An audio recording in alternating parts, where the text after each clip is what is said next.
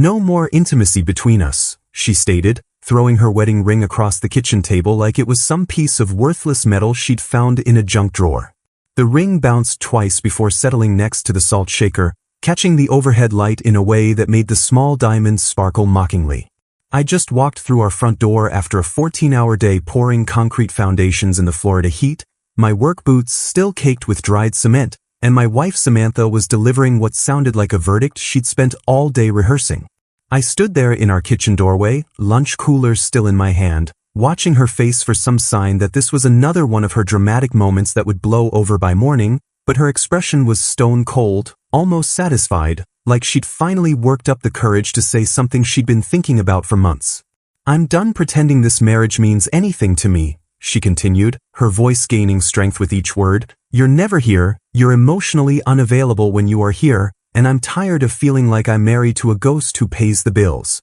The accusation hung in the air between us like smoke from a house fire, and I realized this wasn't about tonight or even this week. This was about something that had been building inside her while I'd been focused on providing for us, working overtime to save for the house she wanted, the vacation she'd been planning, the financial security she said mattered to her.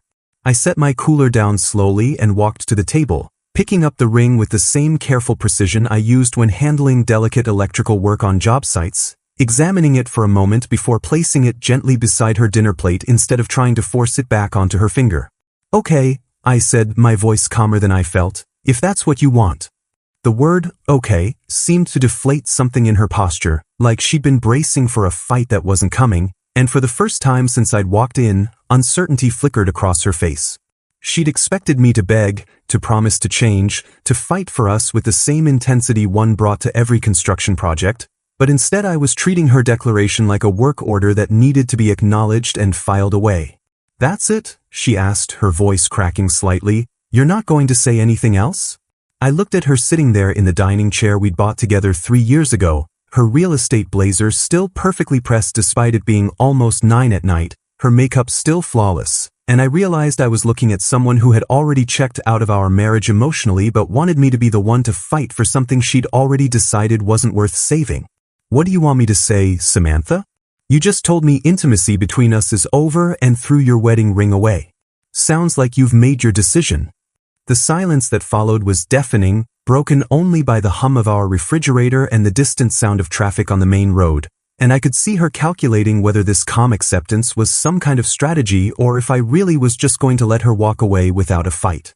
I woke up the next morning at 5:15, 15 minutes before my usual alarm, with a clarity that surprised me, like someone had cleaned a dirty window I'd been looking through for months without realizing how clouded my vision had become. The Florida sunrise was just beginning to filter through our bedroom blinds, casting long shadows across the hardwood floors we'd installed together during our first year of marriage when we still talked about building something permanent together.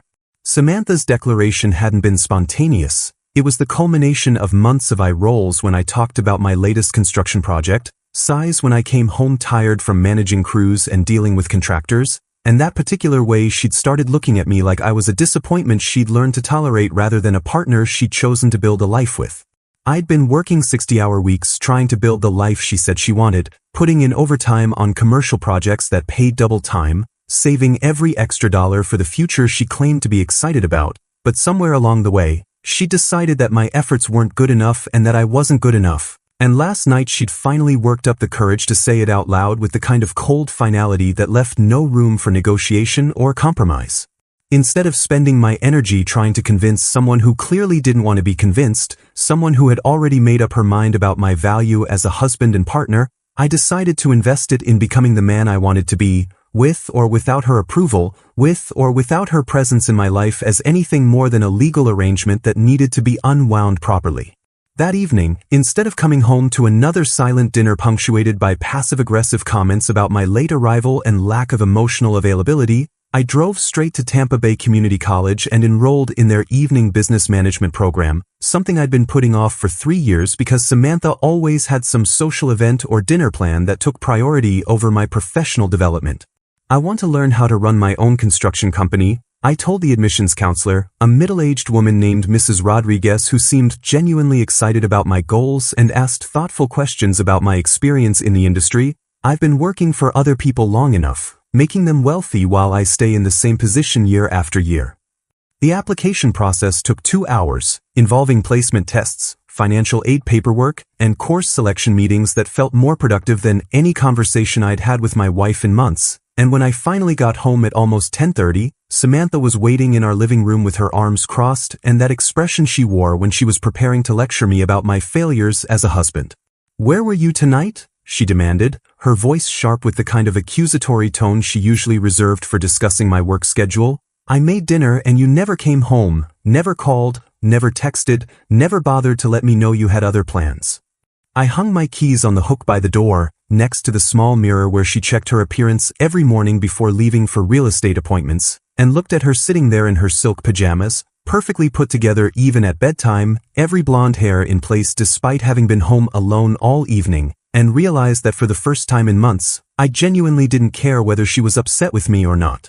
"I enrolled in night school," I said simply, setting my leather portfolio on the kitchen counter next to the course catalog and enrollment paperwork that represented the beginning of something bigger than either of us had imagined. "Classes start Monday and run 3 nights a week for the next 18 months.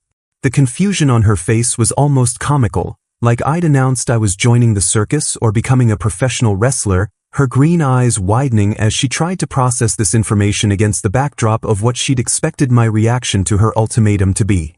"Night school? What kind of night school? Why didn't you discuss this with me first?"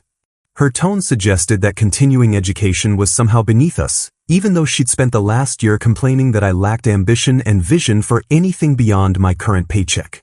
"Business management, accounting, project planning, everything I need to know to run my own construction company instead of making other people rich with my labor." I walked past her toward the bedroom, treating this conversation like a brief status update between roommates rather than the emotional confrontation she was clearly hoping for, the kind of dramatic scene where she could reassert control over my decisions and my future. "Tyler, we need to talk about last night," she called after me, but I was already closing the bathroom door, ready to shower off the day and start preparing for a future that might or might not include her input, advice, or approval. Within 2 weeks, I had completely restructured my entire daily routine in ways that would have seemed impossible when I was still trying to accommodate Samantha's expectations and social calendar. I started waking up at 5:30 instead of 6:15, hitting the new gym that had opened near the construction site for an hour of weight training before work, something that gave me energy instead of draining it and helped me process the stress of both my marriage and my career ambitions.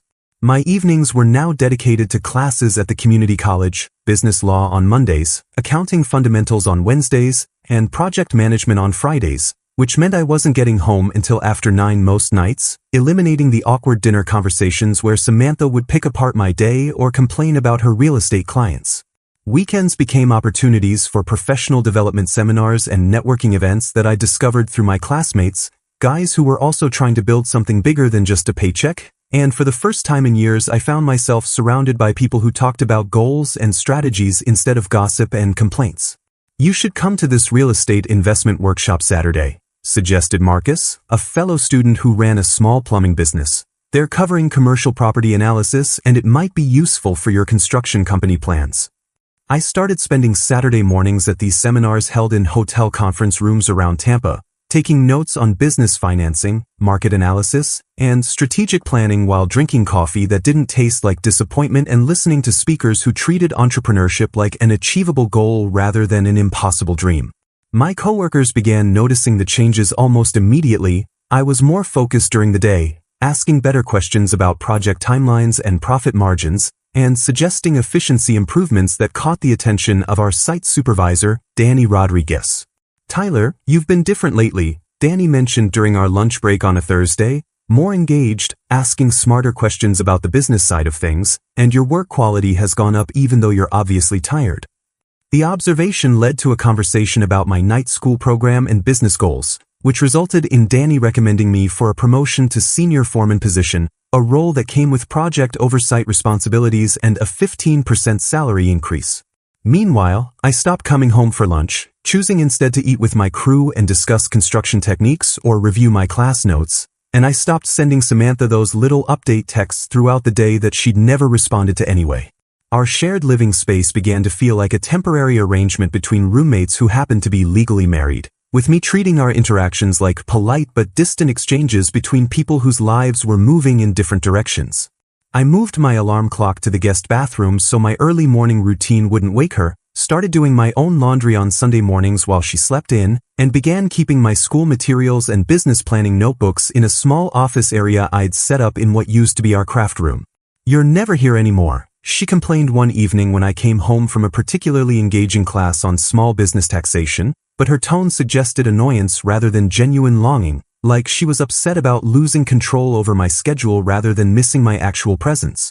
What Samantha had initially viewed as her victory, finally pushing me away from our marriage without having to be the one who filed for divorce, quickly transformed into something that clearly made her uncomfortable in ways she hadn't anticipated. For the first week after her dramatic declaration, she'd seemed almost smug, walking around our house with this satisfied expression like she'd finally put me in my place and established the power dynamic she wanted, but by the second week, I could see confusion creeping into her eyes when I didn't beg for another chance or promise to change my work schedule to prioritize her needs. She started hovering around me when I was home, making comments about my new gym routine and asking pointed questions about my evening classes, not because she was interested in my personal growth but because my complete emotional detachment was clearly unsettling her control over the situation. "Who are these classmates you're always studying with?"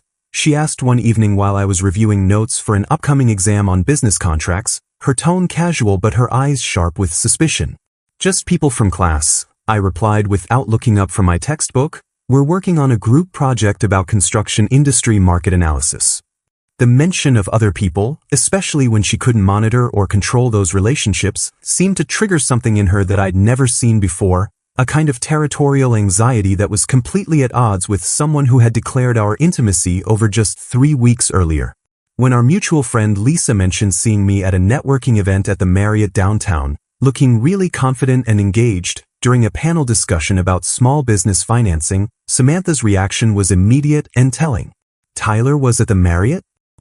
Who else was there?" The questions came rapid fire, like she was conducting an investigation rather than making casual conversation, and I realized that my apparent happiness and success outside our marriage was threatening her narrative about my inadequacies as a husband and partner.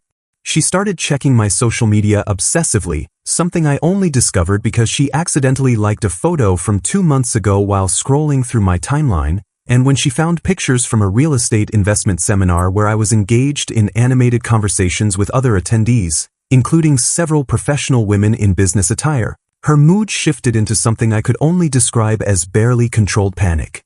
"I didn't know you were interested in real estate," she said, her voice tight with forced casualness. "Maybe I could help you with that since it's my field." The offer to suddenly become supportive of my goals, after months of dismissing my ambitions as unrealistic, revealed just how much my independence was disrupting her expectations about how our separation was supposed to unfold.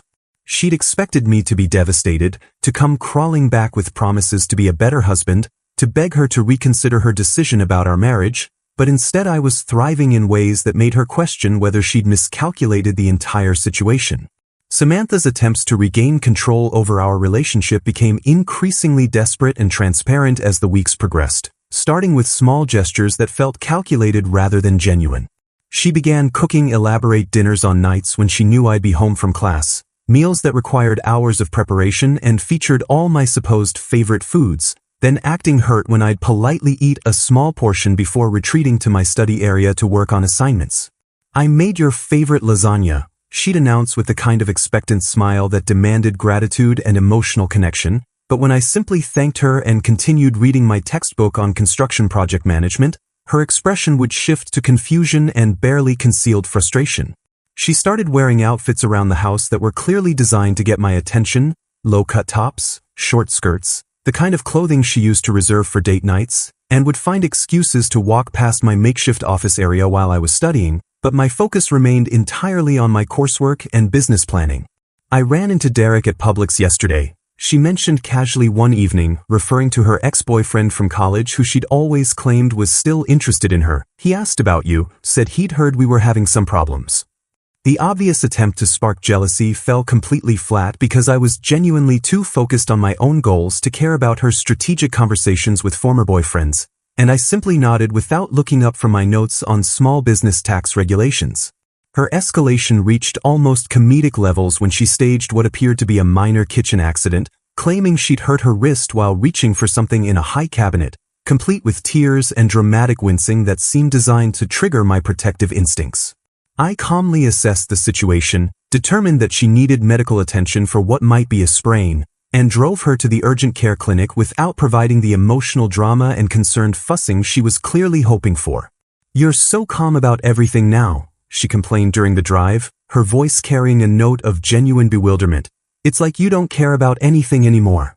The truth was that I cared deeply about many things: my education, my career goals, my personal growth, my future business plans, but I no longer cared about managing her emotions or walking on eggshells to avoid her disapproval, which apparently felt like indifference to someone who was used to being the center of my attention. When she attempted to initiate physical intimacy one evening, approaching me with the kind of seductive confidence that had once been irresistible, I gently but firmly reminded her of her own declaration about our relationship being over. "You said intimacy between us was finished," I told her, my voice kind but unwavering. "I'm just respecting the boundaries you established." The rejection clearly stunned her, not because she genuinely wanted to be intimate, but because she'd expected her physical appeal to override my rational response to her own stated preferences about our marriage. After 6 weeks of failed manipulation tactics, Samantha finally reached her breaking point on a Thursday evening when I came home from a particularly successful class presentation about construction industry profit margins. I found her sitting on our living room floor, sobbing with a kind of raw desperation that seemed genuine for the first time since this whole situation began, her perfectly styled hair disheveled and her makeup streaked down her cheeks in ways that suggested hours of crying rather than a strategic emotional display. "Tyler, please, we need to talk," she said through tears. "I can't do this anymore. I can't pretend like this is what I wanted." I sat down across from her, maintaining some distance while she launched into what sounded like a rehearsed speech about how she'd been testing our relationship, seeing if I really loved her enough to fight for us, and how my calm acceptance had proven that I didn't care about saving our marriage. "I didn't really mean it when I said intimacy was over," she sobbed. "I was just upset about you working so much. I felt like you didn't prioritize me anymore, and I wanted to see if you'd choose me over your job." The manipulation was so transparent that I almost felt embarrassed for her, but I listened without interrupting as she cycled through every excuse she could think of for her behavior. When tears and explanations didn't produce the response she wanted, she shifted to threats, claiming she would hurt herself if I left her, that she couldn't survive without me, that our divorce would destroy her emotionally and financially since she'd become dependent on my income and stability. "I'll change everything about myself," she promised desperately. "I'll quit my real estate job and focus completely on being the wife you need. I'll support your business goals. I'll never complain about your work schedule again." The offers kept escalating until she was essentially promising to become a completely different person, which only reinforced my conviction that she'd never actually loved or respected who I really was. "Samantha," I said quietly, "desperation isn't the same as love, and panic isn't the same as respect. You're not sorry about what you said, you're sorry about how I responded to it." When individual manipulation failed, she enlisted our mutual friends to intervene on her behalf, telling them carefully edited versions of our situation that painted me as cold and unforgiving for not accepting her apology and giving our marriage another chance. "Tyler," Lisa called me, "my buddy Mark said after work one day. She said Samantha's really struggling and that maybe you're being a little harsh about this whole thing." I calmly explained to Mark, and later to anyone else who brought it up, that I was simply honoring the boundaries Samantha herself had established when she declared our intimacy over and threw away her wedding ring, and that I wasn't interested in being in a relationship with someone who used emotional manipulation and threats of self-harm to control my behavior. 2 months after Samantha's initial declaration, I suggested we meet at Romano's Italian restaurant for what I knew would be our final conversation as a married couple, choosing the same place where we'd had our first date 3 years earlier because the sentimental location might help her understand the finality of what was happening and give her some closure for a relationship that had died long before either of us was willing to admit it. The restaurant held memories of better times when we talked about our dreams and plans for the future, when she'd seemed genuinely interested in my goals and I'd believed we were building something together rather than participating in some elaborate performance where she played the role of supportive girlfriend while privately deciding whether I was worth keeping long-term. She arrived 20 minutes early, wearing the blue dress I'd once told her looked beautiful on her, the one with small white flowers that she'd worn to her company Christmas party where she'd introduced me to her colleagues as her serious boyfriend who worked in construction, her hair and makeup perfect in that effortless way that had originally attracted me when we'd met at a mutual friend's barbecue. I could see hope flickering in her green eyes as she assumed the meaningful location indicated my willingness to reconcile and start over, to forgive her dramatic declaration and return to the comfortable routine of marriage where she could take my devotion for granted while complaining about my inadequacies. "Tyler, I'm so glad you chose this place," she said as I sat down across from her in the booth where we'd shared our first awkward conversation about our careers and life goals. "It feels like a sign that we can get back to where we started, back to being happy together like we were in the beginning when everything felt so promising." I ordered a coffee while she ordered the same chicken parmesan she'd gotten on our first date, clearly trying to recreate some kind of romantic atmosphere that would remind me of better times, but my purpose for this meeting was entirely different from what she was imagining in her hopeful fantasy about reconciliation and second chances. "Samantha, I asked you here because I wanted to tell you in person that I've signed a lease on a 2-bedroom apartment in Westchase and filed the preliminary paperwork for legal separation," I said calmly, watching her face cycle through confusion, disbelief, and finally panic as my words registered and shattered whatever scenario she'd constructed in her mind about this dinner. "I've already moved most of my belongings, my school materials, and my gym equipment, and I'll be completely moved out of our house by Sunday evening." The fork fell from her manicured hand and clattered against her plate as she stared at me like I'd announced something impossible, her carefully constructed composure crumbling in real time as the reality of permanent separation hit her harder than any emotional manipulation tactics she tried over the past 2 months. "But I thought we were going to work things out," she whispered, her voice barely audible above the restaurant's background noise. "I thought this dinner meant you were ready to forgive me and try again, to give our marriage another chance now that I understand how much I hurt you." I explained that our marriage had been over the moment she threw her ring across the table and declared our intimacy finished, that her recent desperate attempts to reconcile weren't based on love or respect but on panic about losing her financial security and social status as a married woman who didn't have to worry about supporting herself completely. "I'm not angry with you, Samantha," I said honestly, keeping my voice gentle despite the finality of what I was saying, "but I can't build a future with someone who fundamentally doesn't respect who I am or what I bring to a relationship, someone who sees marriage as a game where she can push boundaries and test limits without facing real consequences." When she began begging me to reconsider, promising once again to become the perfect wife she should have been from the beginning, to support my goals instead of questioning them, to appreciate my work ethic instead of resenting it, I simply placed a $20 bill on the table to cover my untouched coffee and the tip for our patient waitress who'd been watching this uncomfortable scene unfold. "Stop, wait, I'm just upset. Come back, I want you," she called out desperately as I walked toward the restaurant exit, her voice carrying across the dining room in a way that made other customers turn to stare at what was clearly a relationship ending in real time, but I didn't stop or turn around because I'd already given her every chance to value what we had while she had it. I paused at the door and looked back at her one final time, seeing not the confident woman I'd married but someone who had finally realized the consequences of treating marriage like a game she could control through manipulation and emotional blackmail, someone who had pushed away a man who would have done anything for her because she'd mistaken his dedication for weakness and his love for desperation. "Too late, Samantha," I said quietly, my voice carrying just enough for her to hear but not loud enough to create more of a scene than she'd already made. "Respect doesn't come with an expiration date that you can reset whenever it's convenient for you, and neither does love."